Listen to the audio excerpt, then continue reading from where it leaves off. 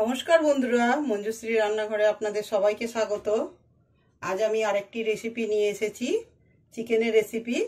এর আগে আমি চিকেনের রেসিপি অনেকটাই করেছি, তো এই রেসিপিটা একদম জল ছাড়া করব, মানে জল ছাড়া চিকেন কষা। আমি কোনো জল দেব না, চিকেনের জলেই চিকেনটা সেদ্ধ হবে। তো আমি গ্যাস জেলে কড়াই বসিয়ে দিয়েছি, আর কড়াই গরম হয়ে এসেছে। তো কড়াইয়ে দিয়ে দেব সরিষার তেল, পরিমাণ মতন সরিষার তেল, খুব বেশি তেল দেব না। তো কড়াইয়ে দিলাম সরিষার তেল। তেলটা গরম হয়ে এলে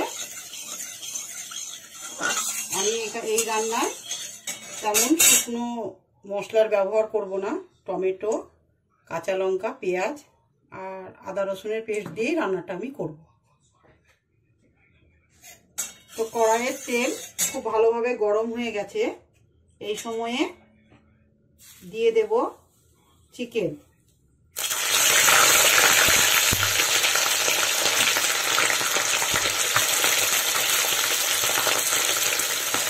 আমি চিকেনটা আগে অর্ধেক ভেজে নেব, তারপর পেঁয়াজ দেব। তো এই সময় দিয়ে দেবো চিকেনটা তেলের মধ্যে খুব ভালো করে নেড়ে নেব।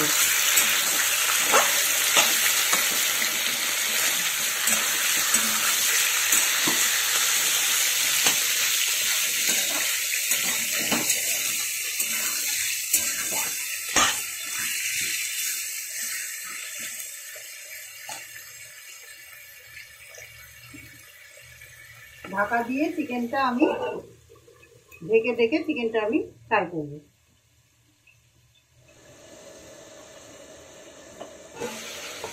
তো দেখুন বন্ধুরা, জল দিয়ে জল ছাড়া চিকেনে নিজেই জল বেরোচ্ছে। ঢাকা দেওয়ার ফলে চিকেন থেকে নিজেই জল বেরোচ্ছে। তো মিনিট 2 আমি একটু ঢাকা দিয়ে চিকেনটা ফ্রাই হতে দিয়েছিলাম। তো এই সময়ে দিয়ে দেব হাফ চামচ হলুদ। হলুদটা ভালো করে চিকেনের সাথে মিশিয়ে নেব।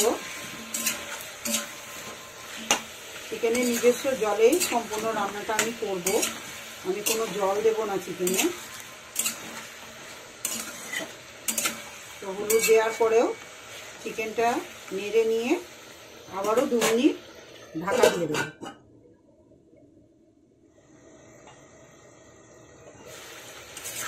হলুদ দেওয়ার পরেও 2 মিনিট ঢাকা দিয়ে রেখেছিলাম। এবার এই সময়ে দিয়ে দেব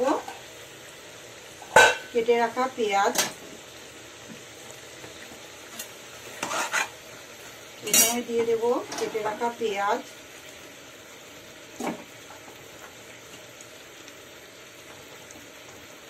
আর টমেটোর টুকরো। কেননা পেঁয়াজ আর টমেটো থেকেও অনেকটা পরিমাণে জল ছাড়বে, তো সেই জলটাতেও চিকেনটা অনেকটাই সেদ্ধ হয়ে যাবে। তো পেঁয়াজ টমেটো ভালো করে চিকেনের সাথে মিশিয়ে নেব।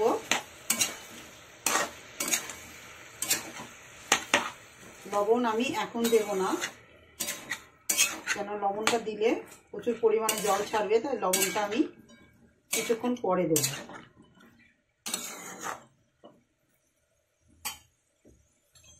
আর দিয়ে দেব 1 চামচ আদা রসুন আর 2টো কাঁচা পাকা লঙ্কা একসাথে পেস্ট করে নিয়েছি। 1 চামচের একটু বেশি আমি মশলাটা দিয়ে দিলাম। এবার মশলাও চিকেনের সাথে ভালো করে মিশিয়ে ঢাকা দিয়ে চিকেনটা কষতে দেব।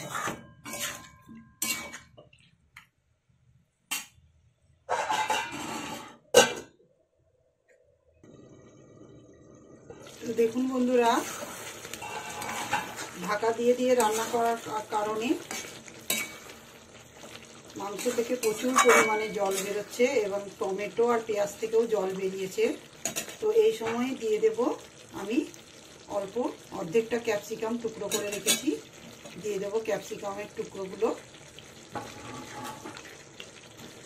সম্পূর্ণ রান্নাটা ঢাকা দিয়েই করতে হবে, কেননা যেহেতু জল দেব না, তাই ঢাকা দিলে চিকেনটা খুব ভালোভাবে সেদ্ধ হয়ে যাবে। দিয়ে দিলাম ক্যাপসিকামের টুকরো, আর দেব পরিমাণ মতন, এই সময় দেব পরিমাণ মতন লবণ।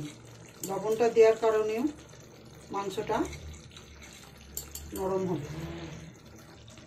দিয়ে দিলাম তরকারিতে পরিমাণ মতন লবণ, এবং লবণ এই ক্যাপসিকাম একসাথে মিশিয়ে নিয়ে আবারও ঢাকা দিয়ে কিছুক্ষণ হতে দেব।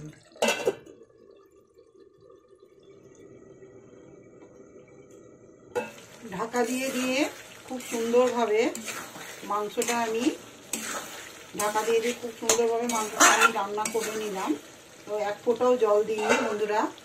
এই শীতের সময় আপনারাও অবশ্য একবার এইভাবে বাড়িতে ট্রাই করবেন, খুব টেস্টি হয়। ভাত, রুটি, পরোটা সবার সাথেই ভালো লাগে।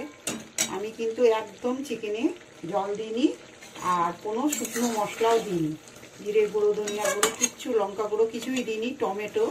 টমেটোতে কালারটা এসেছে, আর সামান্য হাফ চামচ আমি হলুদ গুঁড়ো দিয়েছিলাম। এই সময় দিয়ে দেব 2টো কাঁচা লঙ্কা চেরা। লঙ্কাটা আপনাদের ইচ্ছা মতো দেবেন। আর আমি গরম মশলা দেব না, তরকারিতে ভালো স্বাদ আনার জন্য বেশ কিছু পরিমাণে শীতের তাজা ফ্রেশ ধনিয়া পাতা দিয়ে দিলাম।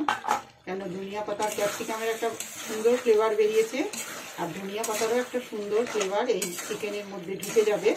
সেই কারণে আমি মিট মশলা, গরম মশলা কিছুই দেব না। তো এরকম মাখো শুকনোই এই রেসিপিটা ভালো লাগে। তো আমার রেসিপিটা হয়ে গেছে। এইভাবে আপনারা এই শীতের সময় একবার বানিয়ে দেখবেন। ঢাকা দিয়ে 2 মিনিট রেখে দিলেই রেডি হয়ে যাবে আমাদের জল ছাড়া চিকেন কষা রেসিপি। তো বন্ধুরা, দেখতেই পাচ্ছেন রেসিপিটা কত সুন্দর হয়েছে। অল্প কাটা পেঁয়াজ আর টমেটো দিয়েই রান্নাটা হয়ে গেল। সামান্য পরিমাণে সর্ষের তেল আমি বেশি দিইনি, চিকেন থেকে তেলটা ছেড়েছে। আর সম্পূর্ণ জল ছাড়া রান্নাটা, ঢাকা দিয়ে আমি রান্নাটা করেছি। তো আপনারাও এইভাবে একবার করার চেষ্টা করবেন, আশা করি আপনাদেরও ভালো লাগবে। এই শীতের দিনে এই তাজা ধনেপাতা আর ক্যাপসিকাম দেওয়ার কারণেই চিকেনটাতে খুব সুন্দর একটা ফ্লেভার এসেছে। খেতেও খুব ভালো লাগে, রুটি, পরোটা, ভাত যার সাথেই খান না কেন খুব ভালো লাগে। তো আপনারা এই শীতের মরশুমে তাজা ধনেপাতা দিয়ে এই রেসিপিটা একবার করার অবশ্যই চেষ্টা করবেন। আর ফিরে আসবো নতুন কোনো রেসিপি নিয়ে। আমার চ্যানেলটিকে ফলো করে, পেজটিকে ফলো করে চ্যানেলটিকে সাবস্ক্রাইব করবেন। আর সকলে ভালো থাকবেন, সুস্থ থাকবেন। ধন্যবাদ।